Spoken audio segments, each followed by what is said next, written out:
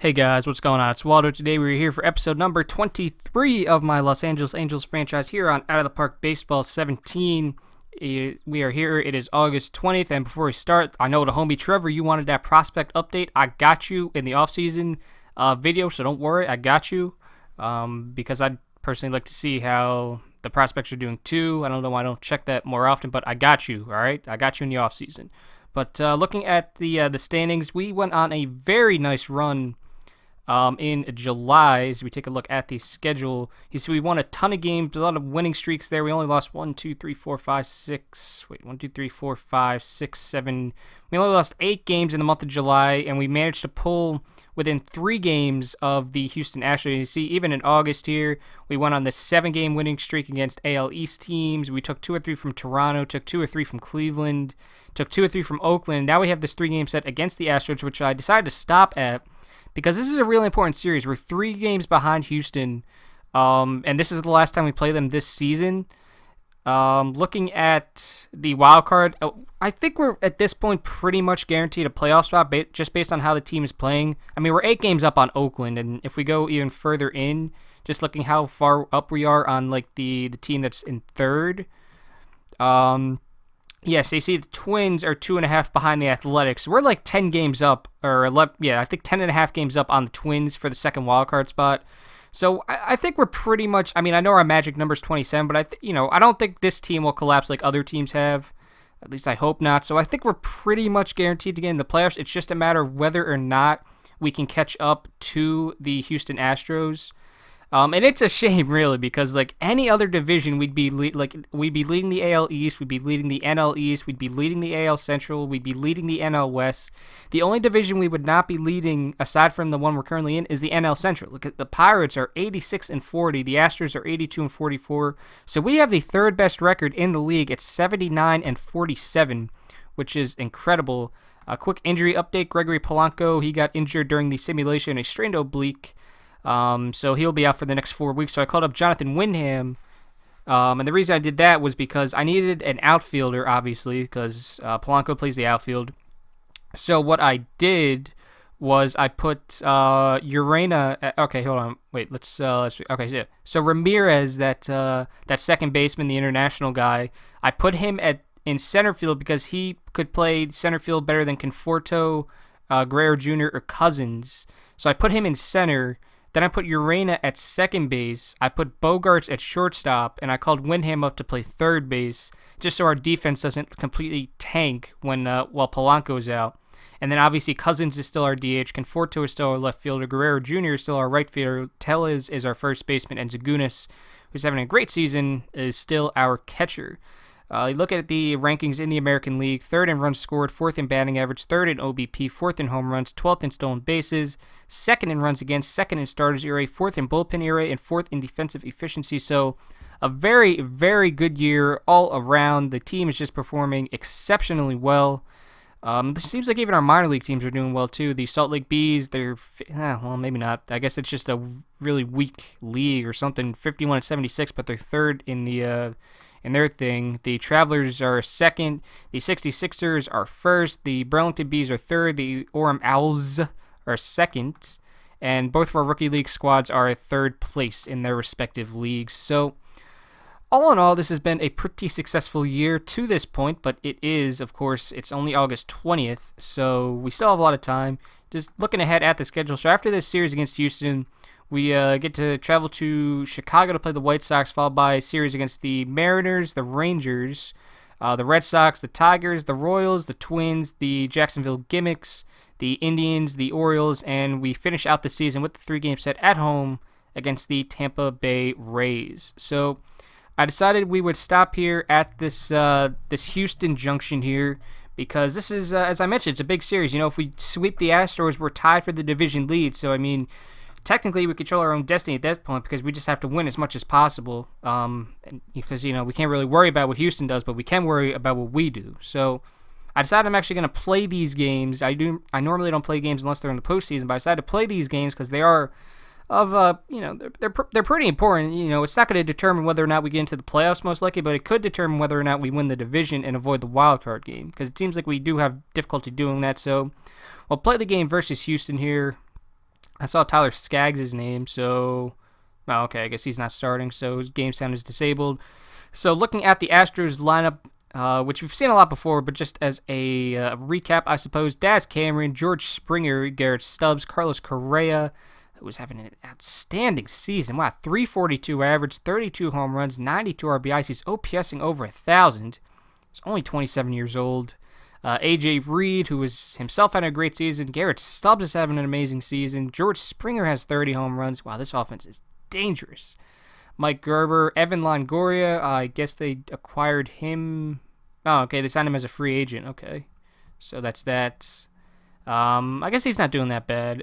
Darnell Sweeney, Jonathan Gimmick, and their starting pitcher today will be Lance McCullers. Looking at our lineup: Ramirez, Zagunis, Urain, Tellez, Guerrero Jr., Conforto, Bogarts, Cousins, Windham, and Carlos Carrasco, who has had an outstanding season. A 2.75 ERA, a WHIP just over 1. Will be our starter. He's 6-1 at home with a 2.14 ERA, and this year against Houston, 1-0 with a 1.10 ERA. So let's get going here. So game 1 of this 3-game set against the Houston Astros. Let's see how we can do here.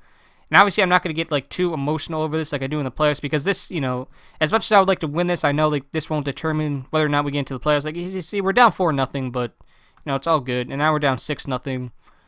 So Carrasco can, okay, so that'll be all for Carrasco. So he couldn't really help us out, unfortunately, but it's all good. Let's put in Ryder Green because he is a starting pitcher, so he can probably get us through the rest of the game. Okay, so we don't get any runs there. We're getting no hit to this point, actually. I did not notice that. So Ryder Green, we'll get Carrasco out of there. And Ryder Green, oh, okay, I thought his stamina was better than that. Oh, well. So, okay, so we finally got our first hit, and we actually got 2 hits in that inning along with the run, so we're down 8-1, but they get it right back. So, score after 6 innings. Oh, so we put a 4 spot up there in the bottom of the 6th inning, but it's still 9-5. I'm not really, I don't think we're going to win, yeah, so nothing going there in the 7th. We're just going to leave Green in here for the rest of the game. He should be able to get us through. Maybe not, so this oops. Oh, well, okay, so maybe if I played that a little better, we could have won, but I did not think that this team was going to put up 8 runs in the final 4 innings, so, but we ended up losing 13-9, so that's all good. All good. We're only 4 games back, man. We still got a ton of games to play, so it's all good, man, all good.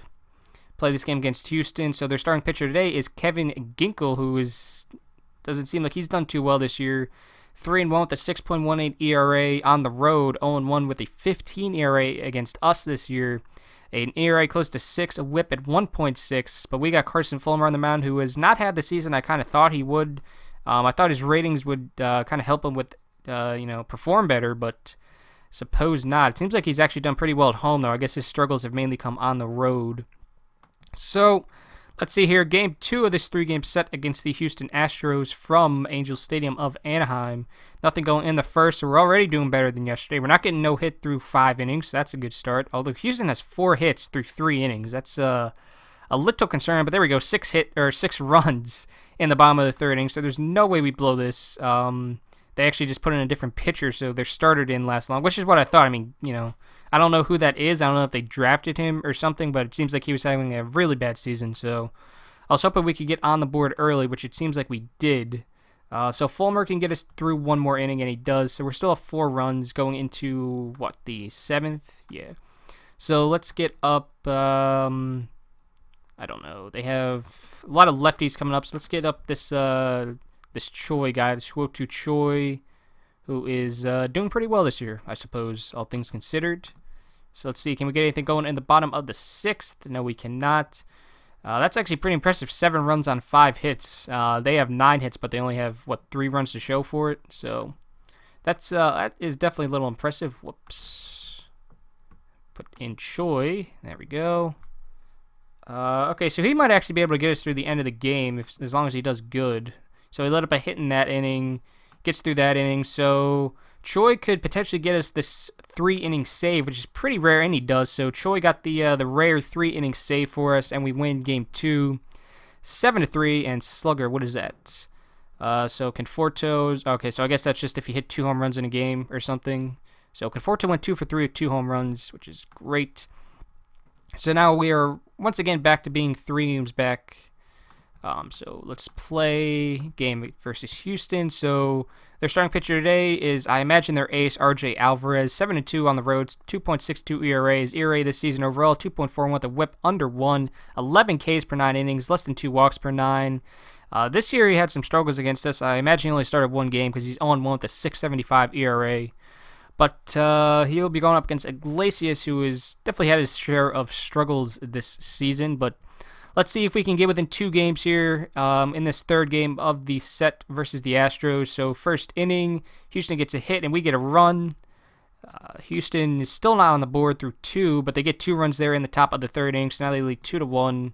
We get it right back there on the bottom of the third. So now the score is 2-2 after 1/3 of the game. Iglesias at 44 pitches. Houston gets 2 right there in the top of the fourth, but we get 1 there. So a very offensive-heavy game today, I suppose. All right, so so Iglesias is at 78 pitches. I don't want to risk it, so I'm going to take him out. So I guess we can put in maybe, I guess we can put in Colomb. Yeah, let's put in Colomb. I trust him. I trust him enough to get through. Oh, wow, we got 7 runs there in the bottom of the 5th inning. Wow, how the heck did that happen? I imagine there was a few home runs there. Yeah, bottom of the 5th, Tellez hit a run-scoring double. Bottom of the 5th, Conforto had a 3-run home run. So Conforto really coming alive in this series against the Astros. But that's awesome. So now I feel a little better. Actually, no, I can't because then Colomb's going to get tired. So let me take Iglesias out. He had a little struggles, but at least he's in line for the win. I guess that's all you can really ask for. We get another one there in the bottom of the 6th. Now we're leading 11-4. Leading 14-4. So we are really making a statement here against the Houston Astros. They get 2 there in the 8th. Colomb is exhausted. So I was going to, risk it because, we're up, by so much. I was going to risk it. But I guess I'll just put in Myers, I suppose. I know I didn't warm him up, but it's all good. So can he get through the 9th inning? Yes, he can. So the Angels managed to take 2 of 3 from the AL West leading Houston Astros here in Los Angeles at Angel Stadium of Anaheim. So we do remain, or I guess we picked up a game on the Houston Astros, so we are only 2 games back heading into the final month and a half of the season. So looking at the schedule, I think my plan is just to simulate all the way through September, unless we blow it in terms of the wild card. Because let me see here. So we're 9 up on the Athletics. So unless we completely blow it, I'm thinking about just simulating up to maybe just the I don't know, maybe the September 11th, maybe, just so we can follow the division race for the last 3 weeks of the season. So I think that's the plan. If we end up falling out of the race for whatever reason, I'll just simulate to the end of the season most likely. But yeah, hopefully I'll see you. And we're still in the race in a few weeks. So, okay, we are here. It is September 11th. We are 3 games back now of Houston, who I imagine, yeah. So Houston has clinched a playoff spot at this point, which is not too surprising. You see, we're now 10.5 up on the Twins. So I'd be interested to see what our magic number is. I imagine it's pretty low. Yeah. So our magic number to clinch a playoff spot is now 3 games. So we're definitely going to get into the playoffs. As you see, we're 94-53. The Houston Astros are 97-50. But let's just, I imagine this has to be our best season ever, at least in terms of regular season. So let's go to history real quick. So we started in 2016. So yeah, this is actually our best season ever. I really like the growth this team has showed now that I'm looking at this. We went from 77 wins to 90. That 69 win season, that was kind of like our rebuilding year, I suppose. That's when we made all those big trades.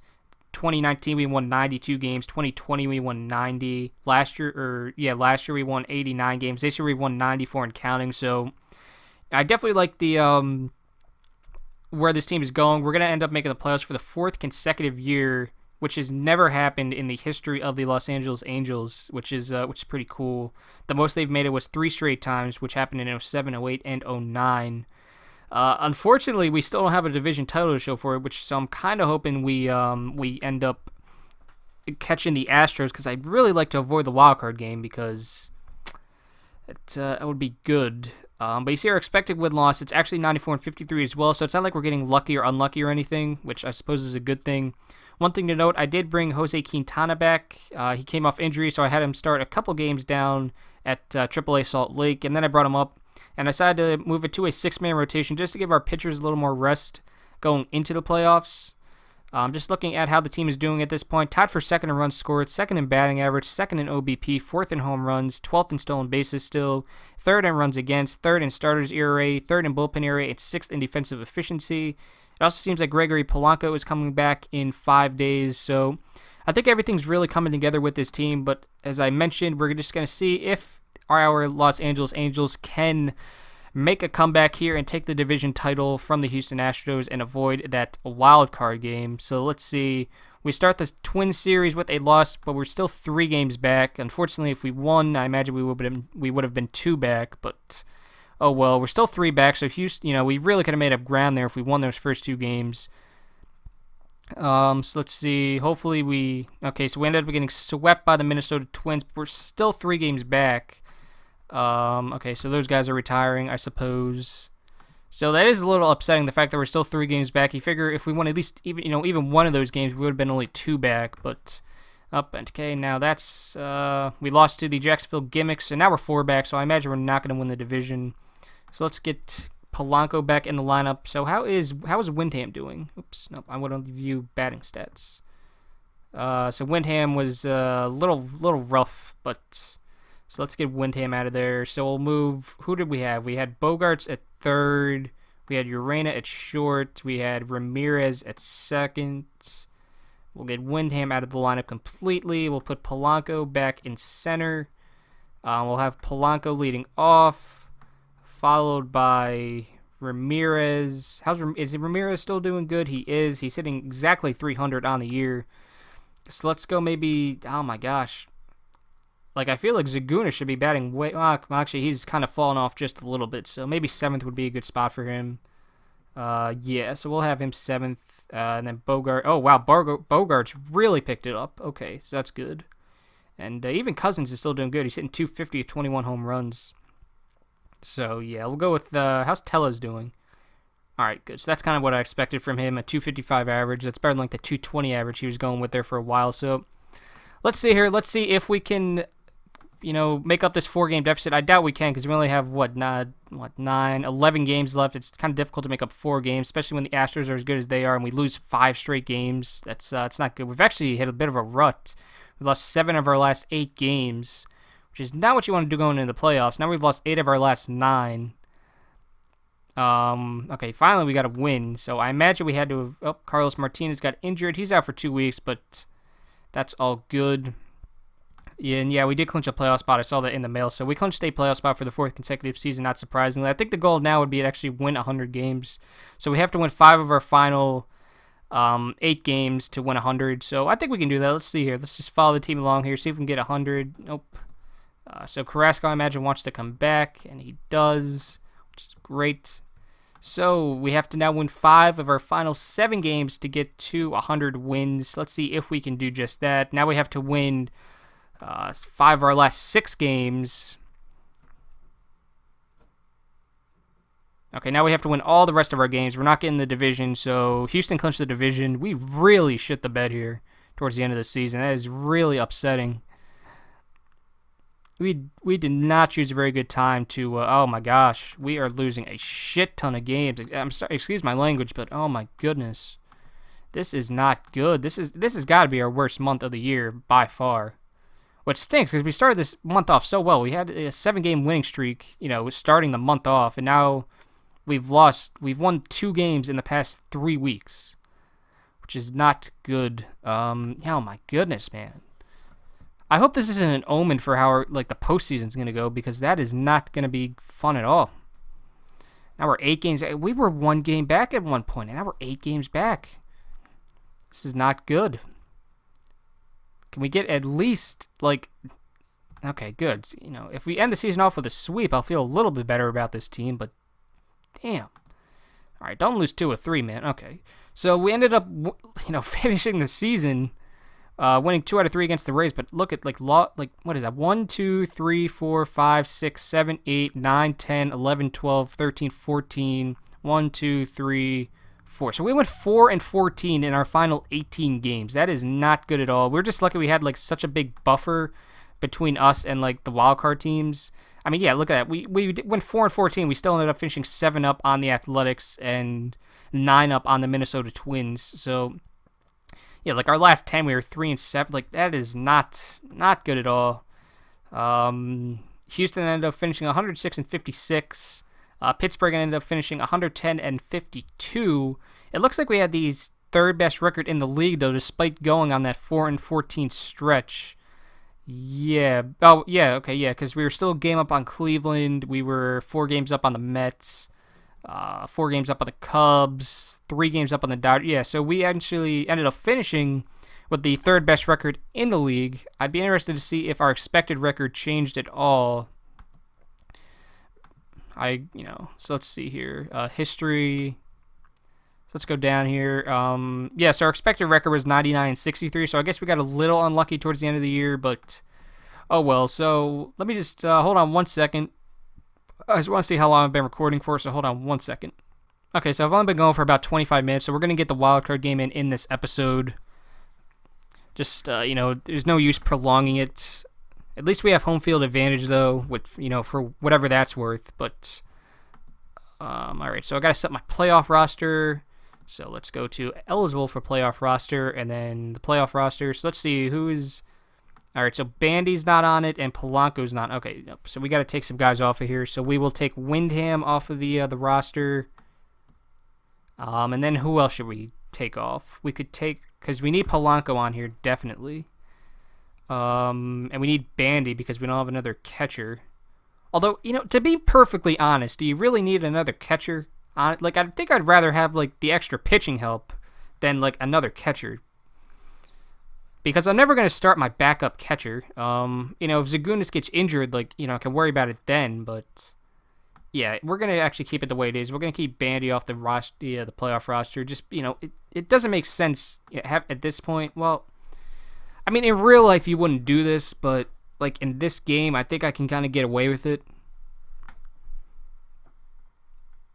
Yeah, Because I'd rather have the pitching help because... at least it always helps to have options.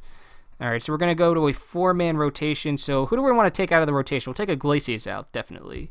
And we will take, I don't know, should we take Fulmer out or should we take Martinez out? I feel like Fulmer would be good in the bullpen, to be honest. Yeah, we're going to take Fulmer out of the rotation. So we'll make both of them middle relief. So our playoff rotation, which if you told me this at the beginning of the season, I would have said you were crazy, is Fernandez, Carrasco, Quintana, and Martinez. I did not think that was what our playoff rotation was going to look like, but oh well. So we'll put Fernandez on the bump to start the wildcard game against the Oakland Athletics, and Martinez got injured. What? Oh, okay. So day to day. So I guess that's okay. And then lineups, I think that should be good to go, right? That's a fine lineup in my opinion. Yeah, we'll go with that lineup, I suppose. How did Urena do? All right, he ended up hitting close to 300. Okay, yeah, so our offense did absolutely outstanding. So copy that. So I'll only worry about this. So paste and then paste. Okay, so let's go to playoff coverage here to see what's going on here. So the other wildcard matchup already happened. The Cubs defeated the Braves, 4-3 in Chicago.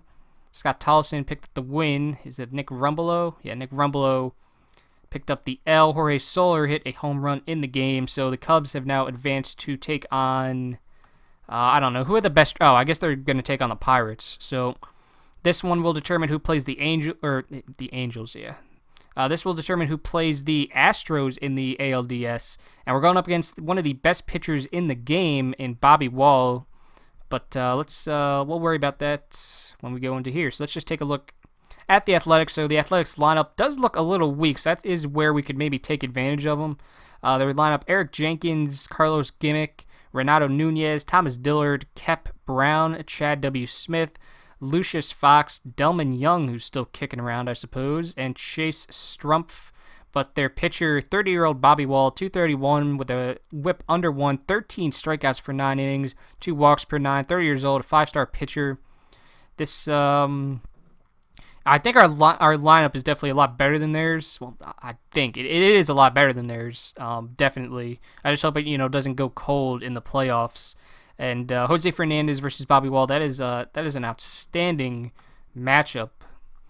But looking at the Athletics, so they finished 90-72, third in the division, second in the wild card, 46-35 at home, 44-37 on the road, 11-6 in extra inning games, 25-21 in one-run games. Their last 10 games, they were 6-4. They went 14-12 in April, 17-12 in May, 16-9 in June, 13-6 in July, 16-12 in August, and 14-11 in September. 6th in the AL in batting average, 12th in OBP, 11th in slugging, 13th in OPS.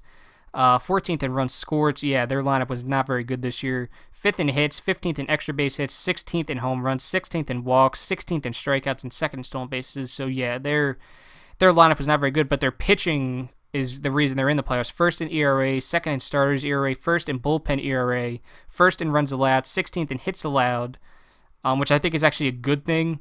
Because you see, like, we're 12th in hits allowed, but we allowed 1364. They're 16th, but they allowed 1202, so that's actually good to be that low. You would think that would be first, but oh well. Opponents average 223, first in the AL. BABIP was first in the AL. Home runs allowed 15th, but once again, that's a good thing. Walks allowed 12th, but once again, that's a good thing. And, I think it should be the other way.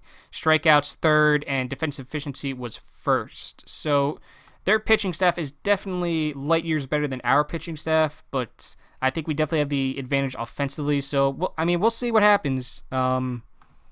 So I guess we can get into this. So the wild card game that the Angels cannot ever, get away from, unfortunately. Winner take all. So let's see what happens. So Oakland gets a run there in the top of the 2nd inning. We are currently being shut out through 2. So we get that run back there in the bottom of the 3rd. So through 3 innings, both teams have a run and 2 hits to show for it. Fernandez had 46 pitches through 3 innings. He lets up 2 runs in the top of the 4th, and we get nothing there in the bottom of the 4th. Oakland gets another one in the top of the 5th, so now they are winning 4-1 heading into the bottom of the 5th. We still get nothing, so we only have 3 hits and 1 run. We're going to see if Fernandez can get through this the inning, and he does.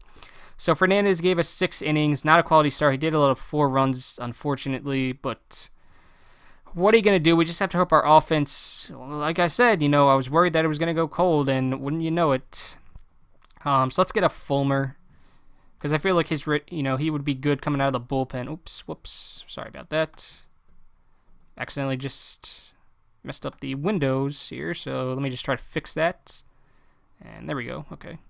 So go to broadcast. So let's see, can we get anything going in the bottom of the 6th inning? All right, so we get 1 run, so now we're only down 2. So let's put in Carson Fulmer. Hopefully he can keep this at a 2-run deficit. That would be ideal.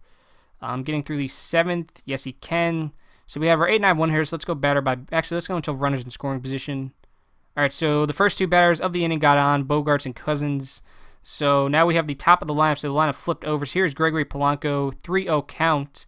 Josh Lowe's in the game, so Bobby Wall is out. So Polanco draws a walk on a 3-0 pitch. So now the bases are juiced for our international signing, Mauricio Ramirez. So let's see if he can do anything. A 3-0 count, hitless in the game, 0 for 3, and he draws a walk, so Bogarts will be able to score, and the bases are still juiced, so Lowe seems to be having a little bit of trouble. That is his 3rd walk of the day. He's allowed a hit and an earned run. He has 1 strikeout, though, in 2/3 of an inning. So you figure even if we ground into a double play, we're still going to tie this game up. But I know, obviously, I don't want to do that. But you got to look at the positives. So 1-2 count to Urena, and he strikes out swings. So now that's the bad thing. So now a double play would get them out of the inning. So this is going to be our best chance to not only tie the game, but take the lead, especially with Tellez up. 2-2 count to Tellez, 1 for 3 today with a home run and an RBI, and he strikes out swinging as well. So Lowe coming up clutch here with the bases juiced. 3 walks, but 3 strikeouts. Now here's Vlad Guerrero Jr. probably our best opportunity to tie the game up, and he flies out to the shortstop, Lucius Fox, and we leave the bases loaded here in the bottom of the 7th. Only one run, unfortunately, so we'll head to the top of the 8th, and it'll still be 4-3. You can't be doing that in the playoffs. This has happened way too much to us in the playoffs when we've made it. So let's see what we can do here in the bottom of the 8th inning. All right, so Zagunis is on second base with one out, and here is Xander Bogaerts. 3-2 count to Bogaerts, 2 for 3 today, and he singles Zagunis to third, and he will hold up at third. He is not very fast.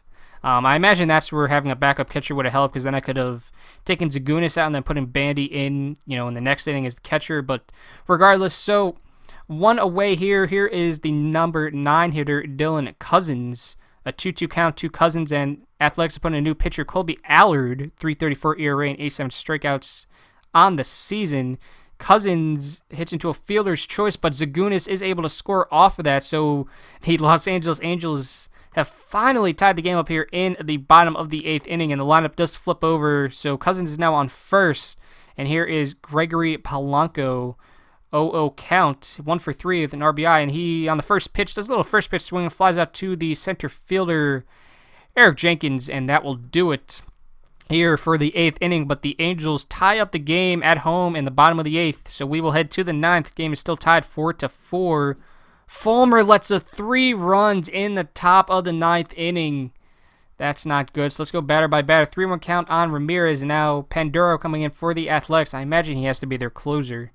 Yeah, 37 saves this season. So here's Ramirez, 3-run count, down 3 runs, but he leads off the inning with a walk, so I suppose that's good. So here is Urena, 0-0 count, 0 for 3 today, and he grounds out to the second baseman. Ramirez does get to second, but still one away. Here is Rowdy Tellez, a 3-2 count to Tellez, 1 for 4 today, and he strikes out swinging. So Vlad Guerrero Jr., our last hope at keeping our playoff hopes alive. 2-2 count, 2 outs. Ramirez on second. Guerrero strikes out looking, and that'll do it for this game. Final score 7-4. The Oakland Athletics advance to the American League Division Series to take on the Houston Astros. The Angels, despite doing very well in the regular season, 97 wins, their best regular season showing in quite a while. They will not advance to the next round of the playoffs, unfortunately. Wow, that is very, very disappointing. So let's see what happens in this series now, this Oakland-Houston series. So Houston takes game 1, Oakland takes game 2, Houston takes game 3, and Houston takes game 4. So the Athletics ended up losing in 4 games to the Houston Astros. That is really a shame, because I really feel like we could have beaten the Astros. So let's see what happens in this So the Yankees defeat the Indians 3-2. The Cubs defeated the Pirates 3-1, and the Dodgers swept the Mets 3-0. So moving on to the LCS, the Yankees, Astros, Cubs, Dodgers. Cubs already have a 2-0 advantage on the Dodgers. Houston won game 1. Yankees evened it up. Cubs have a 3-0 lead on the Dodgers. And the Cubs have swept the Dodgers in the NLCS. So now, whoever wins this Yankees-Astros series will play the Cubs in the World Series. Yankees up 3-2. And the Yankees are up 4-2. So now we will move on to the World Series. The Yankees and the Cubs. Let's see what happens. So Yankees win game 1. Yankees win game 2. Chicago wins game 3. Chicago wins game 4. Yankees win game 5. And the Yankees win game 6. So the New York Yankees are your World Series champions here in the 2022 season. So what ended up happening? We lost to the team that lost to the team that lost to the team that won the World Series. So that's not the most ideal thing. It really sucks, man. I really felt like we could have beat Houston in the ALDS. Oh well, there's not much you can do, I suppose. So looking at the final statistics. So Jose Fernandez had an outstanding year, so it seems like signing him to that extension was good. I can't really fault him for what he did in that playoff game. You know, he didn't blow the game for us. We tied it up. Fulmer letting up 3 runs in the top of the 9th. That's definitely one of the reasons we lost. Not capitalizing on that bases loaded situation. And what was it, the 7th inning? That was one of the reasons we lost. But, oh well. But Fernandez had a very good year. 2.55 ERA, 0.95 WHIP, 9.8 Ks per 9 innings, 234 Ks, 37 walks, and 215 and 2/3 innings pitched. Vizcaino was our best relief pitcher. A 2.82 ERA, 1.10 WHIP, 137 Ks, 35 walks, and 115 innings. He did pick up 2 saves. Matt Stites did good for us as our closer, picked up 40 saves in 66 innings, struck out 80, walked 14 with a 3 ERA, a 2.51 opponent's batting average, a 120 WHIP. Choi did good as well as one of our setup men. A 3.02 ERA, struck out 67, walked 17, a WHIP of 1.13. Carrasco had a solid season. How old is he now? 36? 35. So I don't know if I want to bring him back at age 35, but we'll see. He went 17-6 in 194 innings pitched, struck out 169, walked 31, 237 opponent batting average, a 105 WHIP.